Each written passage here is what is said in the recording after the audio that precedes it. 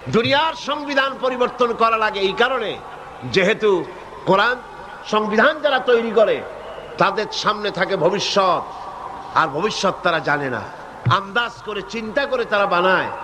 আর কোরআন যিনি সৃষ্টি করেছেন, কোরআন যার কথা, তার কাছে অতীতকাল ভবিষ্যৎ কাল বলে কোনো কাল নাই, সকল কালটাই কি বর্তমান। চিল্লায় কোন কি? সকল কালটাই বর্তমান। সেই জন্য কোরআনের কোনো পরিবর্তন নাই। কোরআন যেমনটি ছিল তেমনটি আছে, ভবিষ্যতেও তেমন থাকবে।